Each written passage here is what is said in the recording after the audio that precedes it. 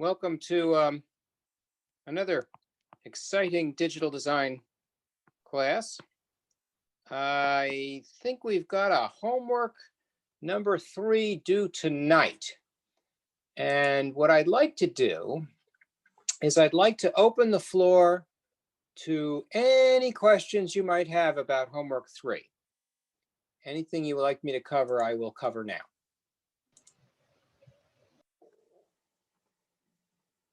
Any questions? Going once? Can you go over number 2, please? Number 2, you got it. Just a minute. All right, so this is a multiple choice question, and it says A or B equals. So what we do is we use the law of distribution, which works just the way the law of distribution works in normal algebras. And we get A times A or AB. And A times A is equal to A. And now we have A or AB. And then we factor out A, and we get 1 or B. And we know that 1 or B must be equal to 1. And so that gives us an answer of A, which I believe is the correct answer for the test. Thank you. Sure thing. Now I noticed that there is an A comma with a quote around it, and that looks like it might be a little bit misleading because that's not the correct answer. I don't know what happened here. The formatting must have changed.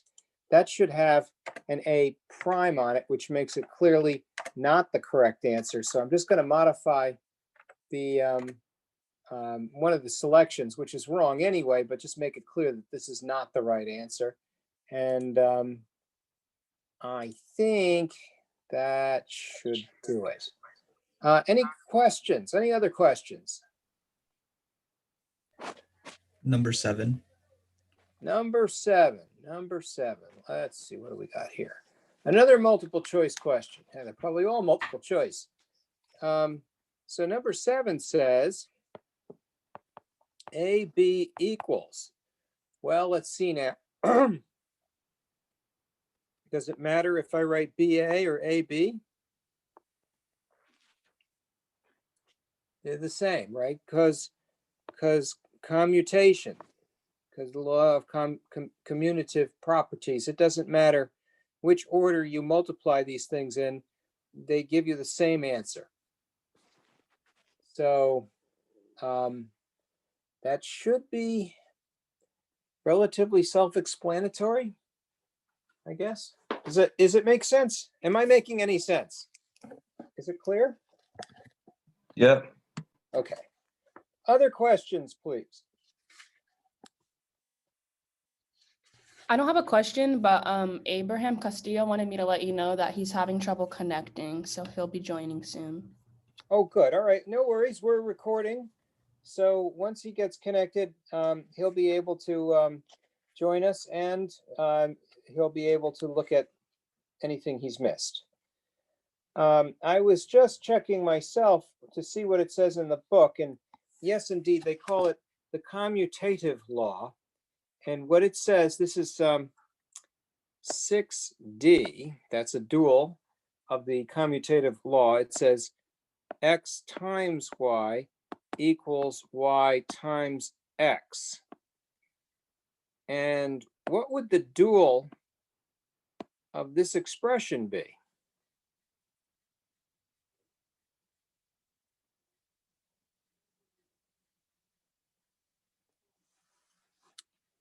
Anyone want to take a stab at it?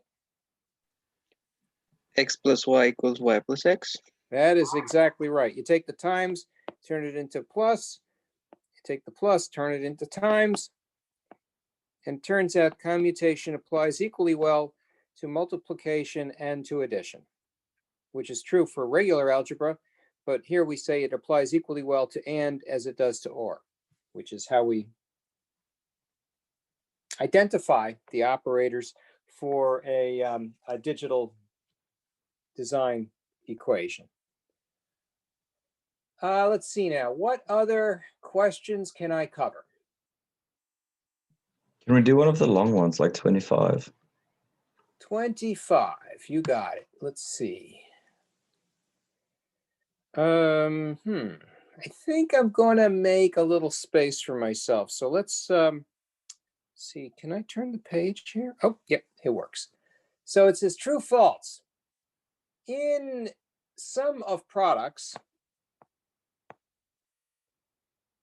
each term of the SOP expression is called a min-term because, say, an SOP expression is given as, I don't like the way this is written.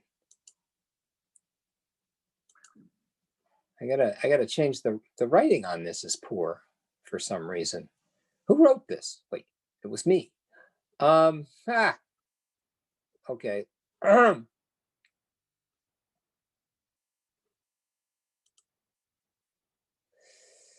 Let me reword this a little bit because I don't like the wording here. In a sum of products expression, each of the SOP terms, it should say, terms, is called a min-term because an SOP expression is given as, because for example, I should say, for example, and then there's these little periods in there, and I don't understand why they're there. I wonder if there's something going on here with the formatting in Blackboard. I don't remember typing those little periods in there. I think it was a multiplication sign, but somehow it got changed to a period. Because, for example, blah, blah, blah, blah, for this expression, I guess we'll put a comma in there. For this expression to be 1 or true, being in positive logic, I don't know if you have to put the parenthetical in there, any of the terms of the expression, any of the terms of the expression can be 1, Thus, the term min-term, i.e. any term being 1, results in f of xy to be 1. Thus, they are called min-terms. I guess that's a roundabout way of saying x at a minimum, x prime, y prime, or z, I say and z, or x, y prime, z prime. I'm not liking the way this question reads. X, y prime, z, or x, y, z. So it's called a min-term because in order for it to be true, at least one of the terms, one of the product terms, at least one, it says any, I should say at least one of the product terms must be equal to 1. At least, let me rewrite this. One of the product terms must be, and I'll just write equal 1.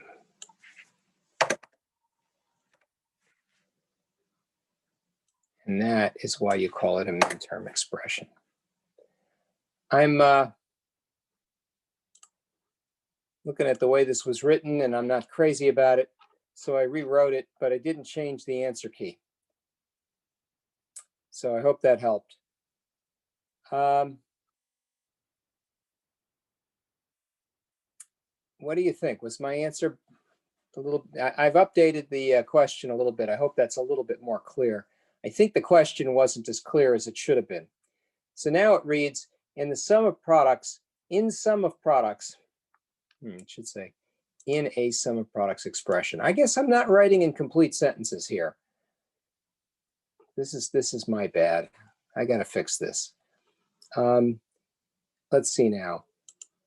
In a sum of products expression, I should say, each of the product terms, it should say each of the product terms, each of the product terms is called a minterm because, forget about this example. Because at least one of the terms must be equal to 1. Here, that simplifies things a little bit. I rewrote it again.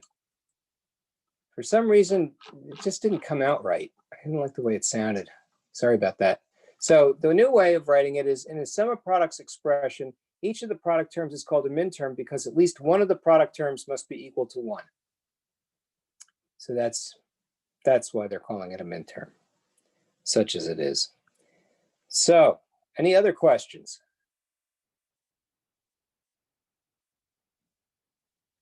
So that had a little blemish in it, but we reworded it so that it's a little bit easier. So if that's it for homework number 3, I think what I'll do is move on to homework number 4. So homework 4 will be due next week. And I think we got a good start on homework 4 last time, but I don't recall exactly what number we got up to. Does anybody remember?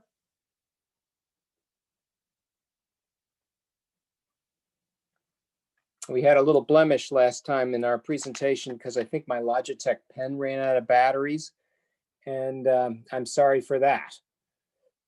So let's try a Kmap. We'll do a little Kmap here. So what we'll do is I'll do a 4-variable Kmap.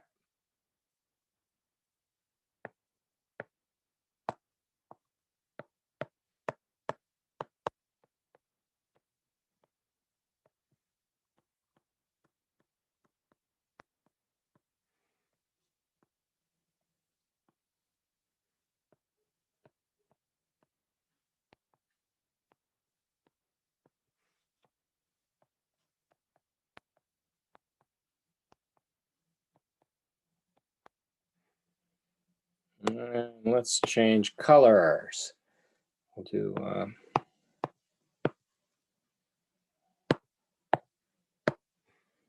I'll change color again.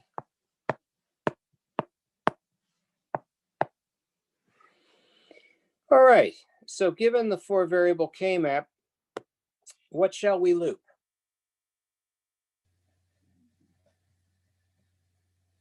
You can loop the 4 in the middle. You got it. And what's that product term called?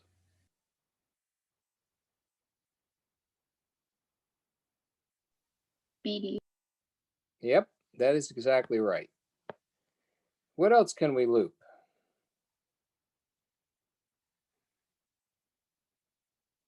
The 7 and the Professor, 6. Yes. I was just going to ask what's in block 14, but you filled it in. Yeah, I noticed it was missing. So I think somebody had started to answer this question. What shall we loop next? 7 and 6. 7 and 6, you got it. And what shall we call 7 and 6?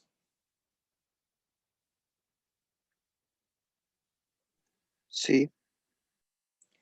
Well, you can see Oh, that sorry. B A and A are prime, not BC. changing. So this represents A prime, and that represents B. And by looping these two together, you get C. So the way you write the product term is A, B, C. You go in alphabetic order, and you keep the A inverted. Does everybody kind of see that? Who's confused? Anyone Yeah. confused? Yeah. You got a little confused? So let's take a look. This column here represents A prime, B prime, because you got 2 zeros here. This is A prime B because you've only got a 0 there. This is AB, and this is A B prime. Is that making any sense?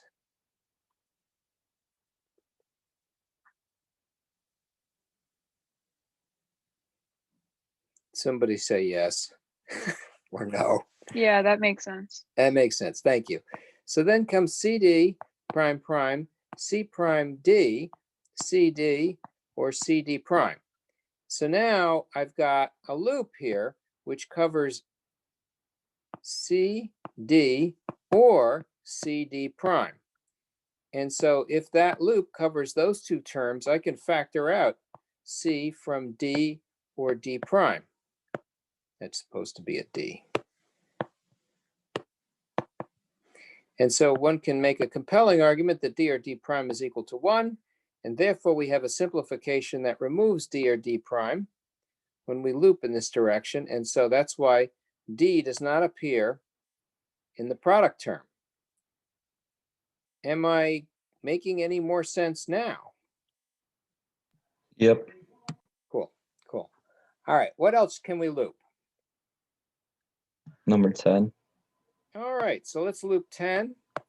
And what shall we call that one? A, B prime, C, D prime. You got it. That's exactly right. And what else can we loop?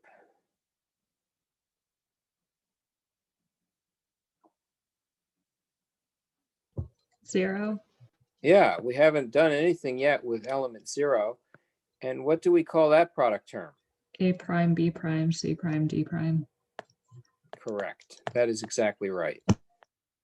So now we have F equal, and then we can write A prime B C, or A B C D with 2 primes here, or A B C D with 3 primes, or we can write C. Now, how many product terms are there? 1, 2, 3, 4. 1, 2, 3. We're missing one. Oh, BD or BD. So that is a minimum sum of products. Now the question is, what do we call the 4 elements in the center? And the only thing you needed to know was that. But if you were going to find this full minimal form, you would need to be able to do all the looping that we're showing here.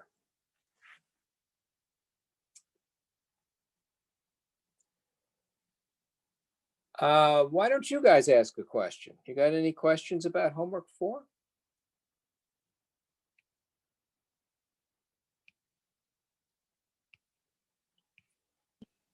I had a question on number 26 and 27 of homework 4. All right, let's skip on down to 26. All right, so here comes an interesting variation.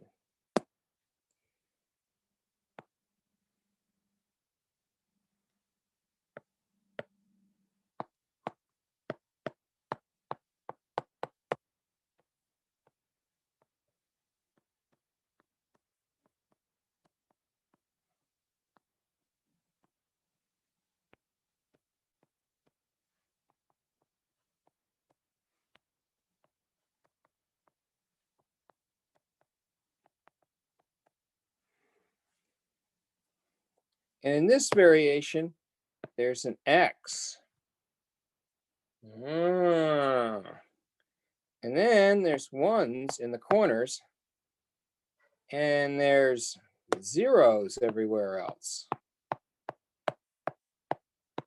What's going on? What's going on with these 0s and these don't cares? That's what this is. That is a don't care. So if X is a don't care, I'm just going to write DC for don't care, then what does that buy me? What's a don't care? You just ignore it. Well, you could ignore it, or you could use it, but you only use it if it is to your benefit. And you know it's to your benefit if it allows you to make your loop larger. So you don't go out of your way to loop it, but if you think looping it will help you, for example, if this were a 0 instead of an X, you could probably loop 8 and 10, and then 10 and 2. But because it's a don't care, the looping goes like this. How's that for a mind bender? All the corners are connected now. And in so doing, you can look for those things which do not change, such as B prime and D prime. And that is a much simpler product term than if you had to have two loops on just 8, 10, and 2. So that's the don't care. Don't cares allow you to either ignore them or use them depending upon whether they are to your benefit or not. And they are to your benefit if it allows you to increase the size of your loops.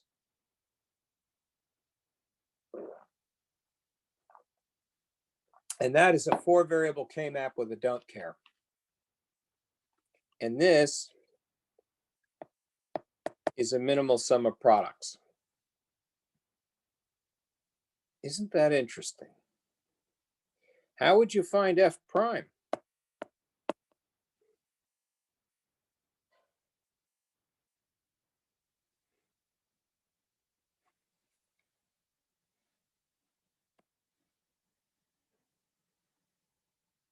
Evan, how do you find F prime?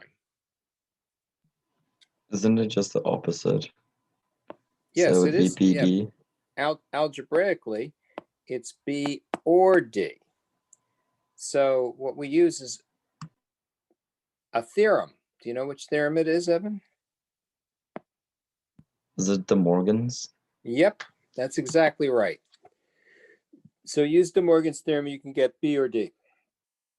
And that'll give you a minimum sum of products form for F prime. In this case, mostly it'll give you a minimum product of sums, but in this case, it becomes a sum of products. So that's pretty good. Any other questions? How about questions about what we just did here? Can we do the next one? That's Sure. similar. All right, so this has got a don't care in it. In fact, it's got 4 don't cares in it. Whoa. So what we'll do is we'll try and copy it down.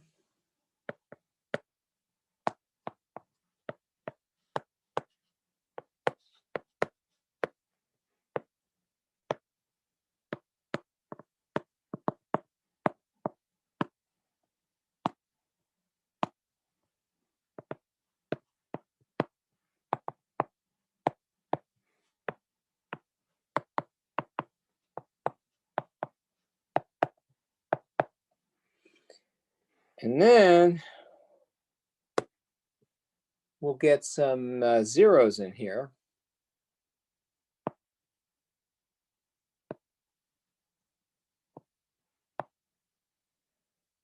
And then some don't cares.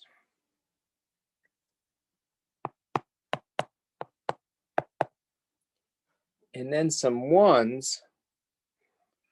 I have to find another color. Maybe I'll use blue. And for ones, it's all across the row and the top, all across the row and the bottom, and then up on the side. Oh my God, this is so complicated. What should we loop?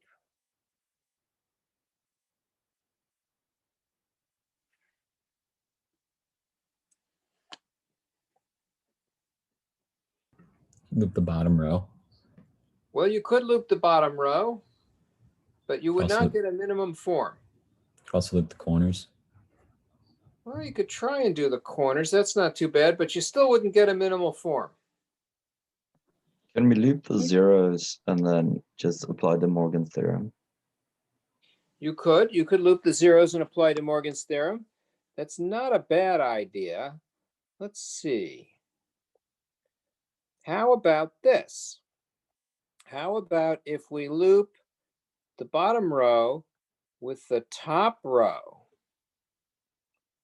That's legit, and you can do that. And if you do, then the answer will be D prime. And that is a nice product term. What else could I loop?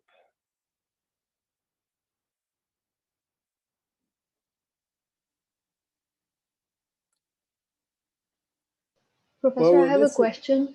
Yes. So can we, when we do this, like the bottom row and the top, do we do it only because there's a don't care, or we could do it anyway? Yeah, you can do it because there's a don't care. If the don't care were changed into a 1, you could do it. If it were a We could 0, still you do could it? not do it. Yep. Okay, perfect. Thank you. So we haven't looped element 11. What loop shall we use for element 11? 9, 11. You could just loop 9 and 11, but why not loop 8, 9, 10, and 11? In other words, loop this whole thing. Because if you just loop 9 and 11, you're going to end up with 3 variables. But by looping 8, 9, 10, and 11, you've got a product term with only 2 variables, a, b prime.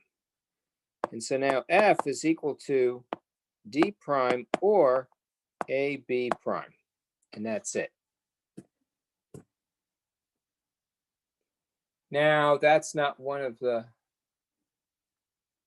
choices, is it? What number is this, Professor? We're supposed to be doing number 27, and I'm sitting here struggling to understand why the answer It's is the first not one. D prime or AB. Actually, it looks like the second one is the same as the first one, isn't it? Something's off about this answer key. Let me look at this now. Edit. I think it is multiple answer. Yeah, but they're both correct. So, oh, I see. It is a multiple answer. I wonder if anyone's actually taken this. I hope not. I'm going to change it so that there's only one correct answer. Oh no, there's already 21 people who have taken it. So yeah, both are correct. Both are correct. So there are 2 correct answers, and they're using commutivity to display them. So you could have, it could be D prime or A B prime, or it could be A B prime or D prime. Either will work. Yeah, that's a little peculiar. You see, it's like it's confounding your ability to find the minimal sum of products with the fact that it's a multi-answer question. I guess maybe that's not sound pedagogy, but what are you going to do? Life in the big city. What other questions do you have?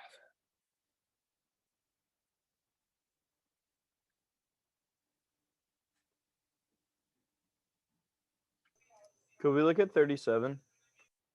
37. Gosh, there's a lot of questions here. 37. All right. Says here,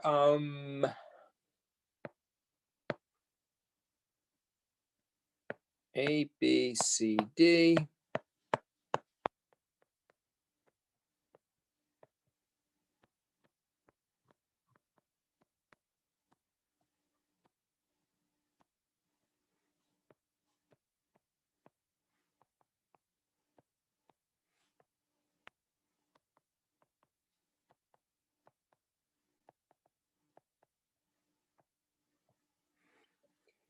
And then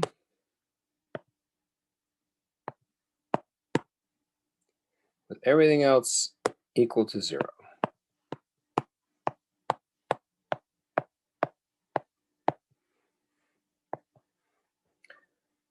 Okay, and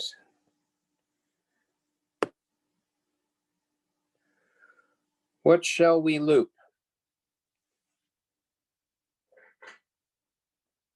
0426. Yep. And what do we call it? Wouldn't it just be AD? Well, this is A prime, and that's B prime. And that's A prime, and that's B. And this here is C prime, D prime, and this is C, D prime. So now tell me again, what is this loop called? A prime, D prime. Correct. Does everybody see why? Who got confused by that answer?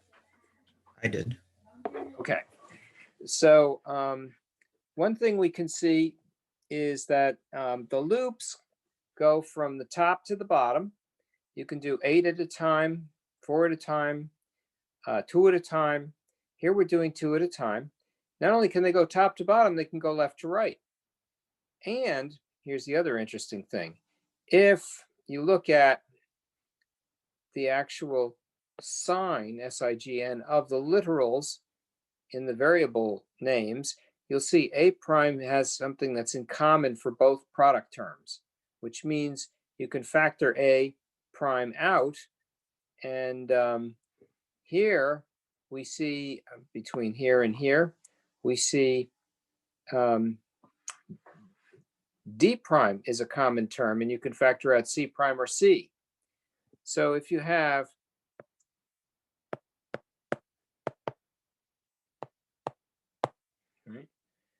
then you can write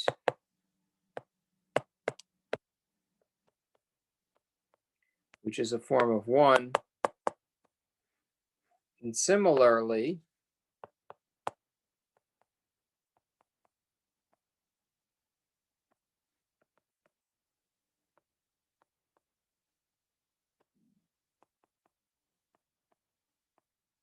another form of 1.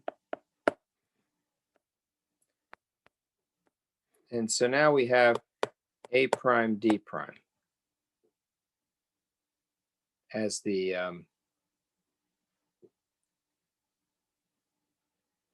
grouping with the 3 red ones, 0, 4, 2, and 6.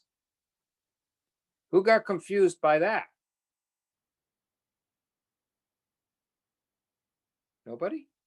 Oh, that's good. There must be learning going on here. Look out, learning. What else can I do? Can we do 35 as well? Sure.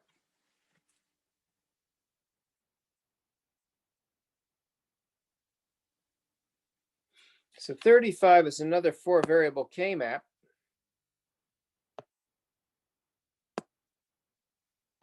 Just a minute. Ah, there we go.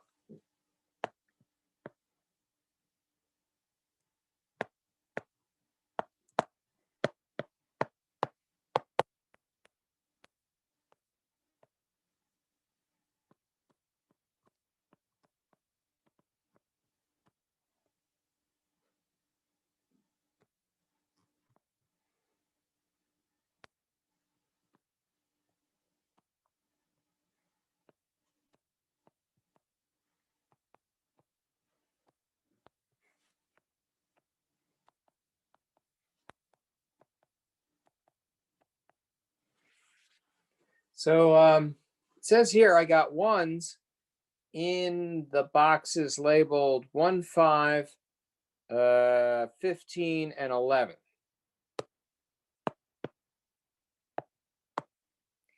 And everywhere else it's 0. I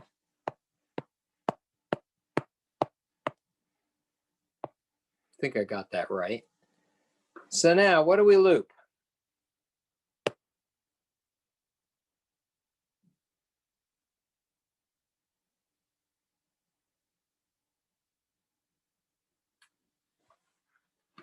One and 5. You bet. And what shall we call 1 and 5? What product term is that?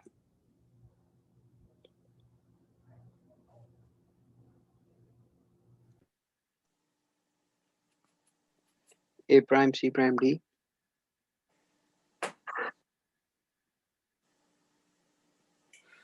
No, let's see. It's A prime. I'm not sure if you said this. A prime, C prime, D. Is that what you said? Yeah. That's correct. That is correct. What else can I loop? 15 and 11. You bet. And what is the product term that corresponds to 15 and 11 being looped? ACD. You bet. That's it.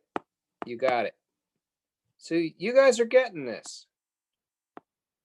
You're becoming good at it. Soon you'll be better than me. Soon. What other questions might you have?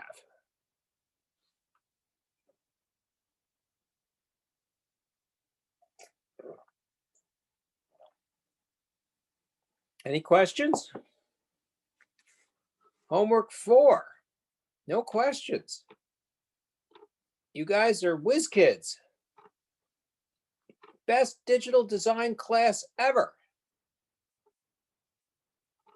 So because you're so smart, I'm going to ask you a question. Find the canonical sum of products in shorthand notation for the above Kmap. F equals sigma m, and what do you put in the parentheses? 1, 5, 11, and 15. Exactly right. Does everybody kind of see how that's obtained?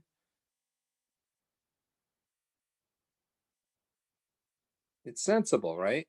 Hopefully. So there you go. You guys are basically up to speed with chapter 2, I think. We probably ought to have a few more questions about homework 4. Any other questions about homework 4?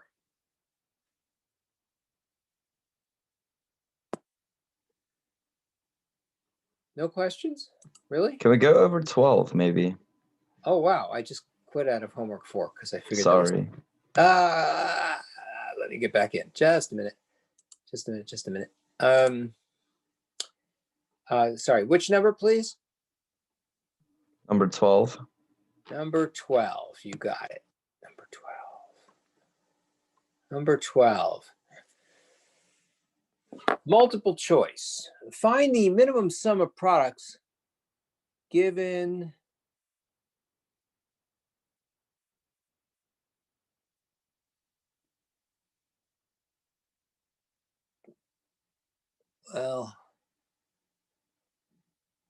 find the minimum sum of products. All right. F equals W, X, Y, Z. There are 4 terms here.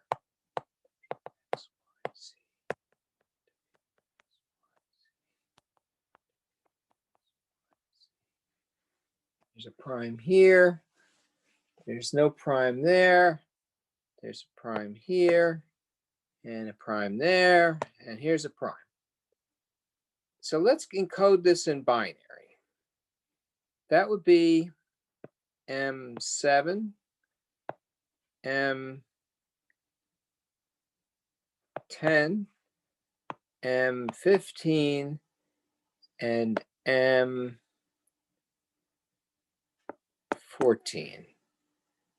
So if I was going to find a minimal sum of products form, I almost wrote ABC, but I see it's not correct.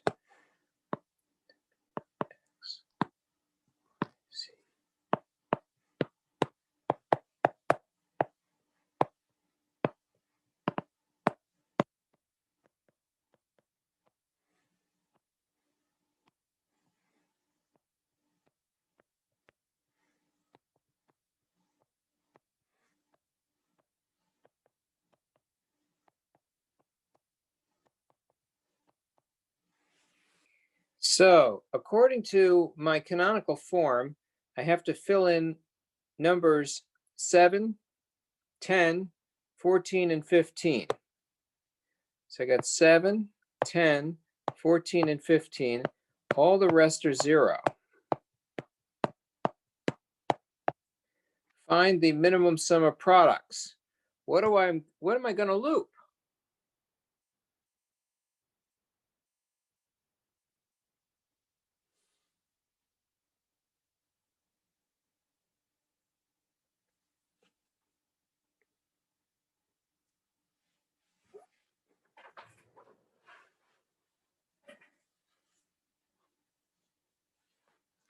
I'm going to try calling on someone.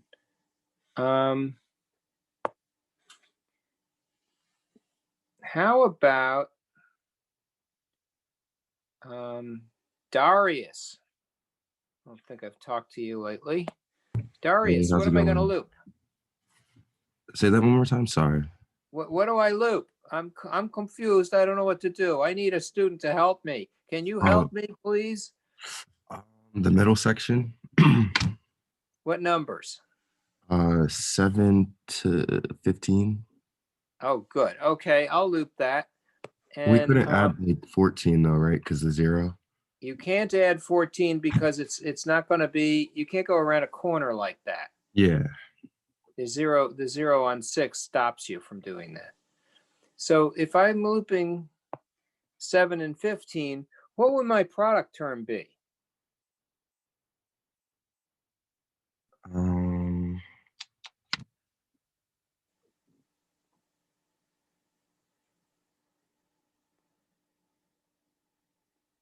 second. Would it be X and is that a what's after the Y? Z? That's what it's supposed to be. Yes, sir. Yeah, X and Z. Well, what about Y? Oh, Y doesn't change. Z doesn't change. X doesn't change. so then X, Y, Z. X, Y, Z. X, Y, Z. What else should we loop? I have a quick question. Yes. Shouldn't box number 6 be a 1? Should box number 6 be a 1? Why? Why should box number 6 be a 1? I don't know. I may be doing this wrong, but the second term, it's W prime X Y Z prime. Okay. You have a point. This is not M10. This is M6. And so then this must be a 0. And then this, has to be a 1, which means this is not correct. Oops. And now we can loop. Thank you for that. 4 terms.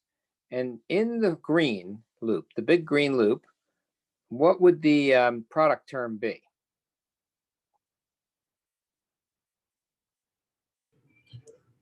Is it just X, Y? That's it. And so that XY does not appear as one of the candidate answers, and therefore none of the above is correct. So I made a mistake. I should have wrote this out in binary, but I took a shortcut. If I write everything in binary and then convert it to decimal, it becomes clear. That's 7, that's 6, that's 15, and that's 14. And so, yeah, I guess I took a shortcut and messed myself up. Sorry about that. What other questions can we do? Any questions about this? So would the answer be none of the above? That is for correct. 12? Yeah, that is correct.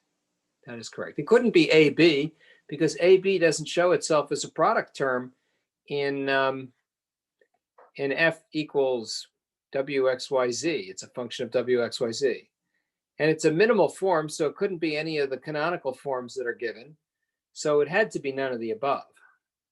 Had to be. But it's good to know how to be able to do this anyway. Any questions about problem number 12? This is problem 12, by the way. No questions? How about any questions about homework number 4? Can we look at 17 and 18? Sure. Let's do that.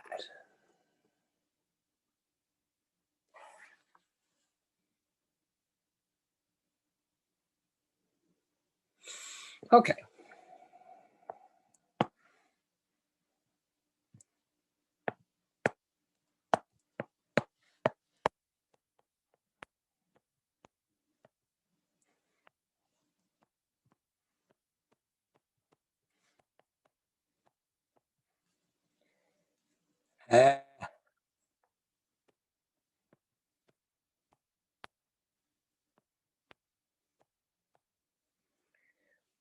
All right. The Kmap has 4 product terms in its canonical sum of products form. Let's find the canonical sum of products form for the above Kmap. What would the terms be?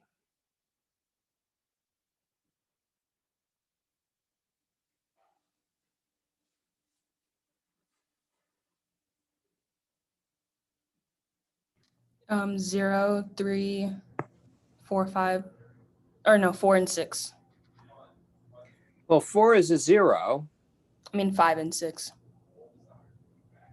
Yes. That is correct. That is correct. And so it says here, the Kmap has 4 product terms in the canonical sum of products form. And 4 is correct. We have 4 product terms. And here they are. Any questions about that one? Well, if we're good to go, I'm going to move on to question 18. So this is question 17. So question 18.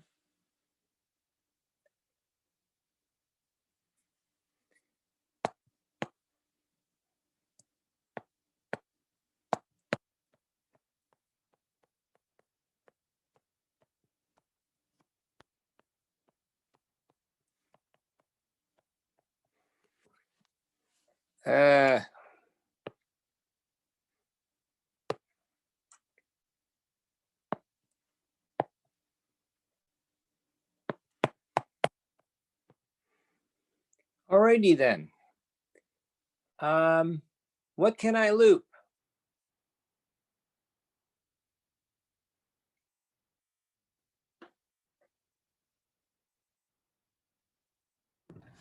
The 4 whole and top 5. row. One at a time, please. You could go. 4 and 5. 4 and 5. Well, let's start with the biggest loop we can make. What would be the Yeah. biggest loop? I'd say like the top row. You got it. And what's the product term that corresponds to that?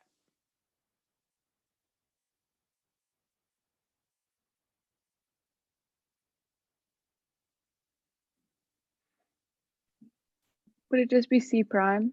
You got it. And then someone said 4 and 5. And what's the product term for that one?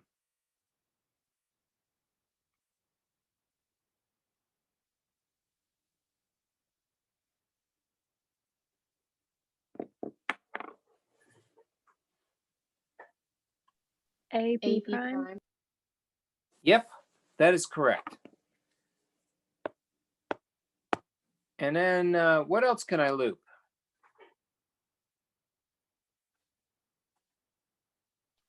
2 and 3. All righty. And what's the product term for 2 and 3? A prime B. A prime B. So then F must be equal to A prime B or A B prime or C prime. And the question says, there are 3 product terms in the minimum sum of products. Well, this is a minimum sum of products, and it looks to me like there are 3 product terms. So the answer is true. Am I making any sense? This is question 18. Yeah. It's good. All right, who's confused? Nobody? I'm confused by the question 19, the question. You're confused about question 19. We're doing question 18 now. So who's confused about question 18? And then we'll do question 19 next. Is that okay? Yeah, sure. All right. So anyone confused about question 18? All right. Let's move to question 19 and see what's going on. The following Kmap is always false. What? What? All right. How can this be? Suppose you're given the following Kmap. A, B, C.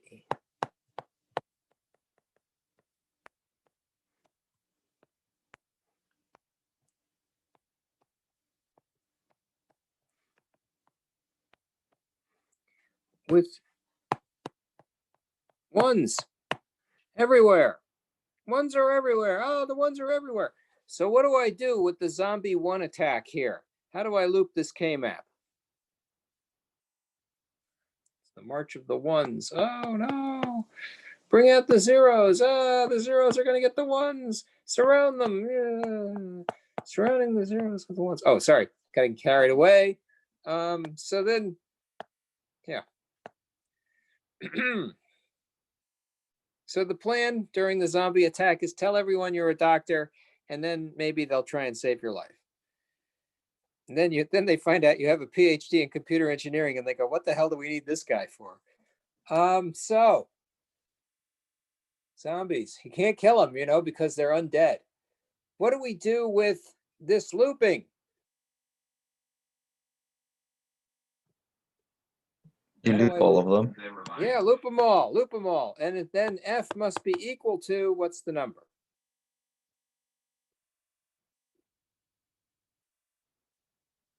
What's the minimal sum of products form if you loop them all?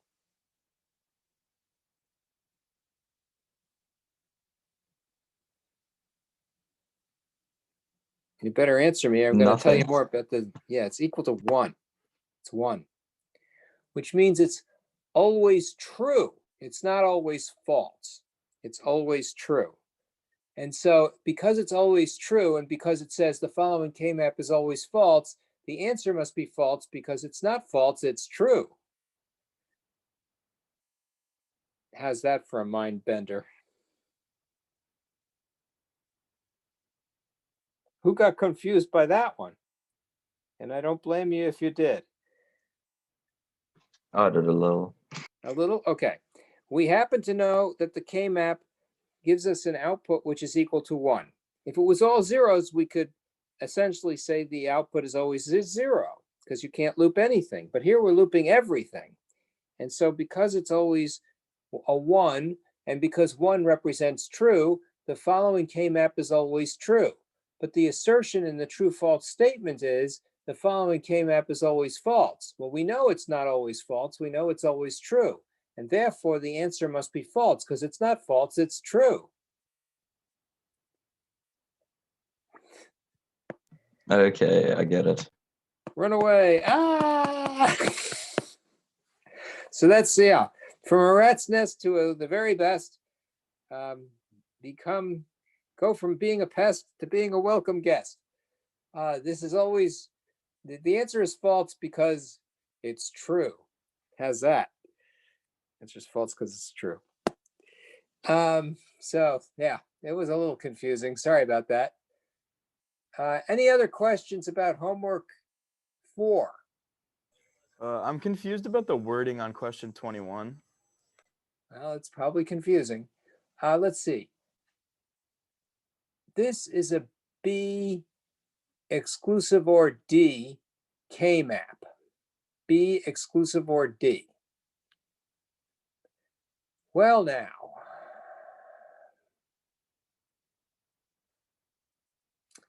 What do we got?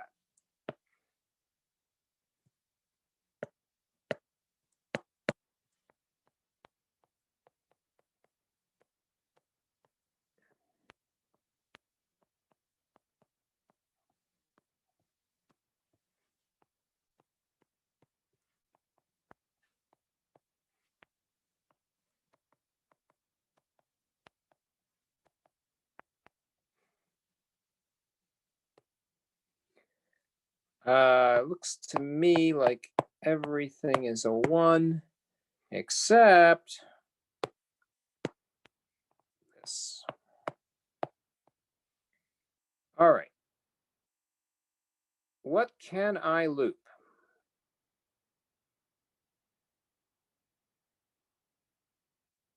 How do I find the minimal sum of products for F? What can I loop?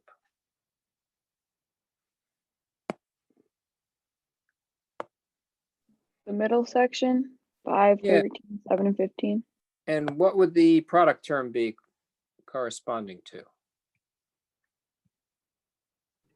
BD. B, D. What else can I loop? 0 and 8. Well, actually, I can loop all 4 corners. How's that grab you? So if you loop all 4 corners, what do you think the product term is on that one? B prime, D prime. Yep. And so now I have F equals BD or B prime D prime. Now, what would B exclusive or D look like?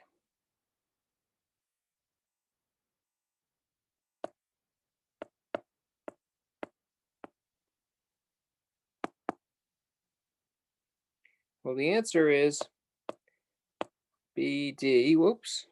Let me get the eraser here. There. I'm going to pencil. BD or BD. Prime here, prime there. And that's B exclusive or D.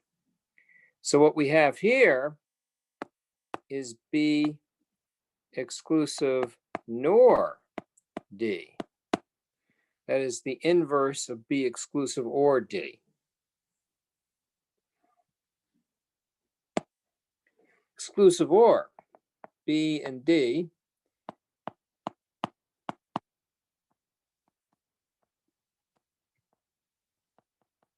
It's written as a plus sign with a circle around it.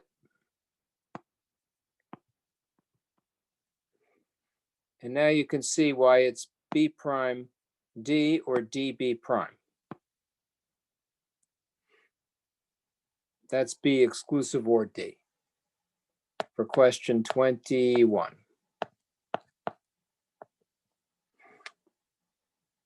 What do you think of that? So does that mean that this is B exclusive or D? No, this is B exclusive or D.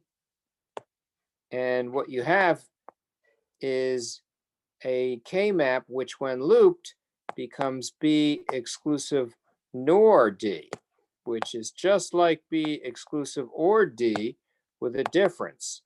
And the difference is it has a bubble at the end. That's exclusive nor. So here's the nor, exclusive nor, and here's the exclusive or. And they are different because of by virtue of the fact that you're circling the ones instead of the zeros. Had we circled the zeros, we would have had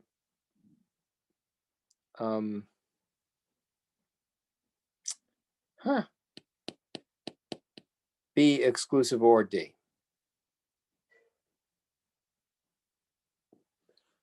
So that's the upshot of question 21. Who's got confused by question 21? Who's confused? Be honest. Yeah, I'm a little confused. Could you maybe just like go through explaining like the exclusive again, like exclusive? Yeah, or? let's have a discussion about exclusive or. So exclusive OR, oops, what just happened? I'm in the eraser mode. Oh no. So then exclusive OR says it's just like inclusive OR, except for the case when both the inputs are equal to 1. In that case, it excludes it from the output and it gives you a 0. So when you went to create the, well, let's just create the canonical sum of products. It was going to be 0, 1, 2, and 3. So M1 plus M2. And M1 is going to be BD, B prime D, or BD, BD prime. That is an exclusive OR operation between B and D. Now, if you wanted to just use the zeros, then you would have F prime. And then if you loop those, you'll have B, D, both inverted because 0, 0, and or BD, which is because they're both ones. And so here we see BD or B prime, D prime, and that's an exclusive NOR, not an exclusive OR. Now who's confused? Anybody? So what happens, what about this homework number 4 here? Any other questions? Homework 4? We can always come back on Thursday and try and wrap things up with homework 4.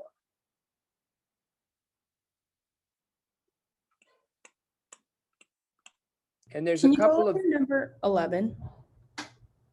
number 11. Let's have a look.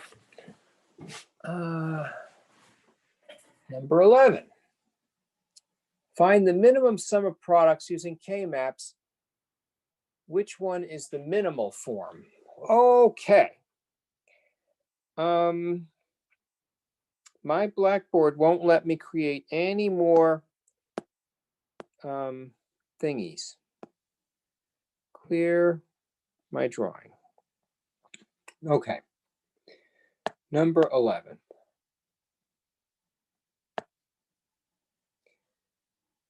Says here F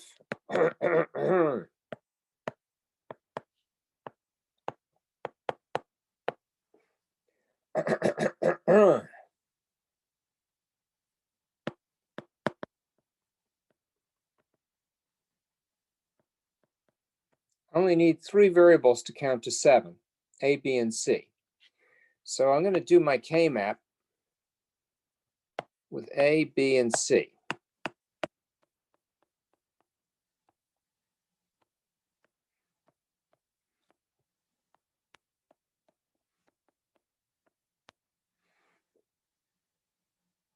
Now, according to this, the members of the onset are 1, 5, and 7. And everybody else is 0. Now that I've filled out my Kmap, you tell me, what do I loop? 7 and 5. All right, and what's that product term called?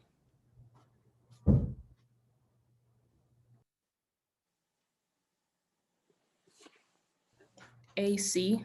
Yep, that is exactly right. And what else can I loop? 1. Well, I 1 can and loop 5. 1 and 5. Right. If I just loop 1, I have A prime, B prime, C. But if I loop 1 and 5, what happens? What do I get?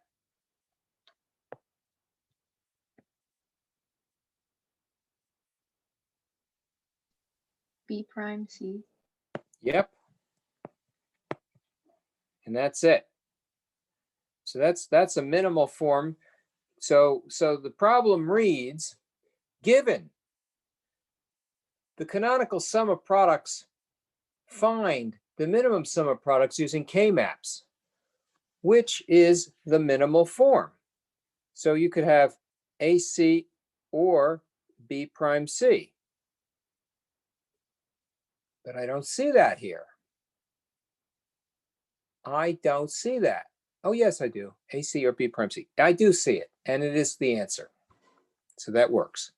So F equals AC or B prime C. Sorry for my sloppy handwriting.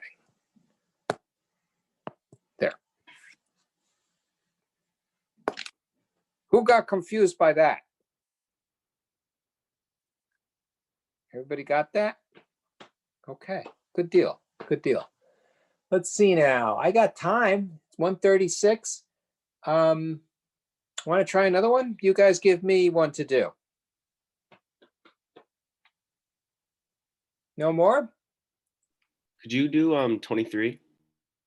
23. 23 and me. All right, let's try and I'm going to clear this drawing. Let's see, what do I got to do here? Make it nice and big. A, B, C, D.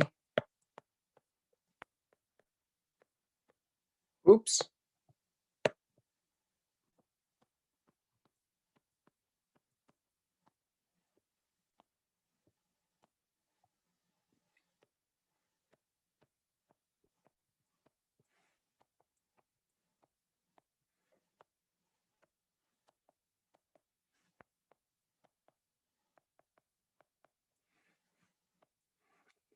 And then he says, this is ones, all the rest is zeros. What do we loop?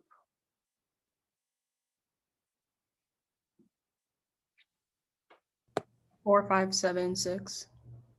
And what's the product term correspond to? Just AB.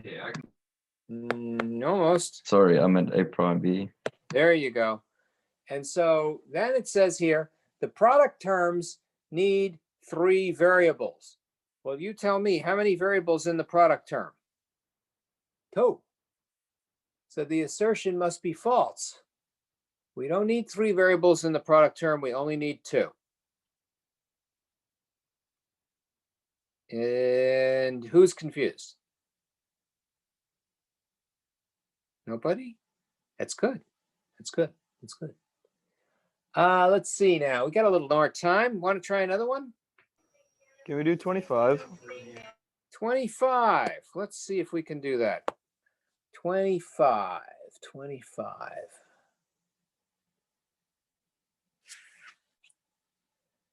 Okay. Let's make it nice and big.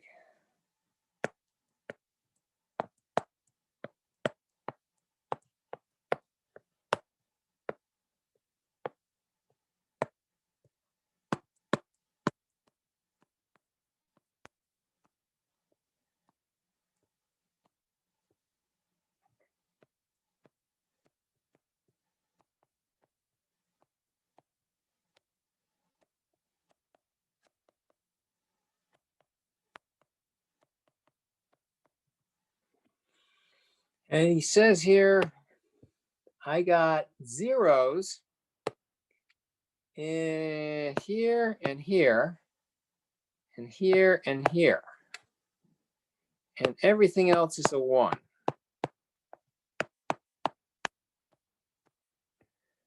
Okay, you tell me, what do I loop?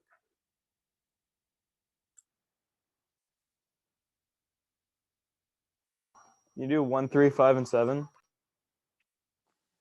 Yeah, let's do that. And what's the product term correspond to?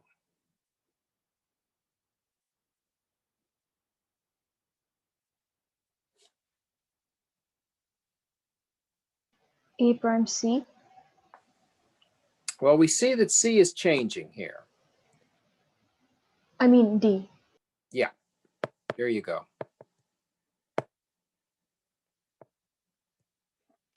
What else can we loop?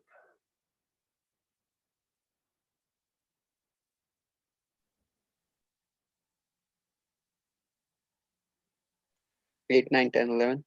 Yes, absolutely. And what's the product term on that one?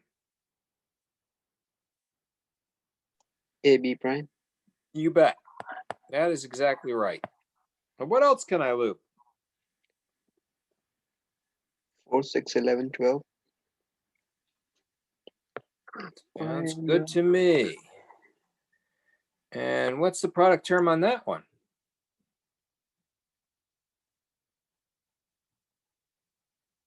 B, D prime. Yep. So then it says here, I need 4 loops to get a minimal sum of products form for the following Kmap.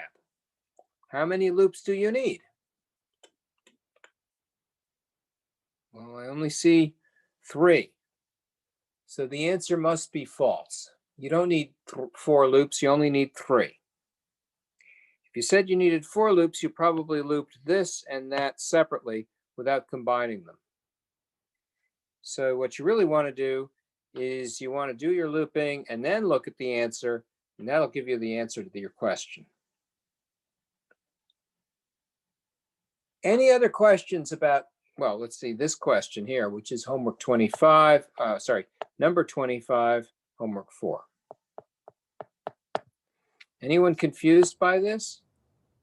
So the loop 412 and 614 counts as one loop.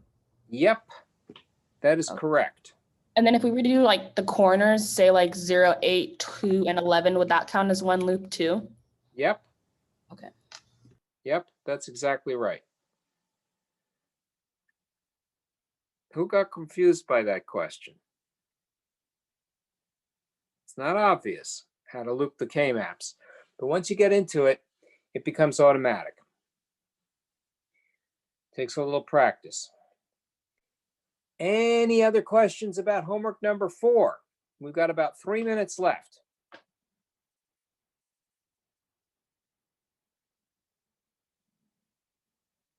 All right, so let's do a reading assignment here and make sure that you guys are up to speed on the reading. You've seen the don't cares. We're going to do a little bit more drill work on don't cares next homework 5, because the don't cares are not obvious. So what you want to do is, let's see, I think you can skip 2.3.6 unless you want to read it. So I'm just going to write skip. Actually, you know what? Clear my drawing. Skip 2.3.6. Now that's on 5 and 6 variable Kmaps. So you can skip that part. You can skip CAD tool simplifications for now, because that's Quine-McCluskey. So we'll skip 2.4. That's a lead in for the TTL packaging. And that means 2.5 and 6. So skip 2.5, skip 2.6, but otherwise read chapter 2.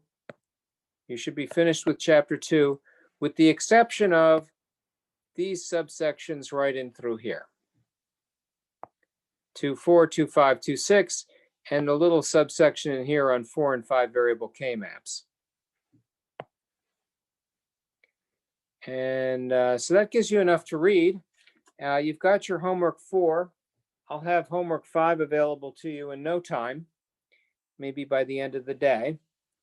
And that should give you guys a head start on homework 5 and the reading. And we'll be focused on looping Kmaps with don't cares. Thanks very much. Stay safe and have a great day. Thank you, Thank you. Professor. Thank you. Thank you. Thank you. you. Thank you. Thank you.